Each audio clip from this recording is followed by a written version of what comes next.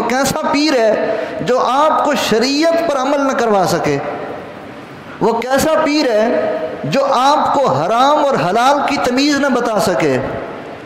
وہ کیسا پیر ہے جو آپ کو نماز کی تبلیغ نہ کر سکے؟ وہ کیسا پیر ہے جو آپ کو قرآن نہ سمجھا سکے، قرآن نہ بتا سکے، حدیث نہ بتا سکے؟ آج کل پیر اس کو پکڑا جاتا ہے، ایسا پیر تلاش کیا جاتا ہے جو نماز سے چھٹی دے دے، یہ ایک ٹرینڈ بنا ہوا ہے۔ ایسا پیر تلاش کیا جاتا ہے جو ہماری زندگی کو بدلنے کی بات نہ کرے۔ ایسا پیر تلاش کیا جاتا ہے جو آج کل کی جو ہماری جو ترجیحات ہیں اس کے اندر کوئی تبدیلی کی بات نہ کرے۔ یعنی اگر ہم داڑھی منڈے ہیں تو ہمارا پیر بھی ایسا ہونا چاہیے جو ہمیں داڑھی رکھنے کا نہ کہے۔ یہ ایک ٹرینڈ ہے، ایک سوچ ہے جو ہمارے ہاں پروان چڑھ رہی ہے۔ پیر ایسا تلاش کیا جاتا ہے جو ہماری زندگی میں تبدیلی کی بات نہ کرے، ہمیں نہ بدلے۔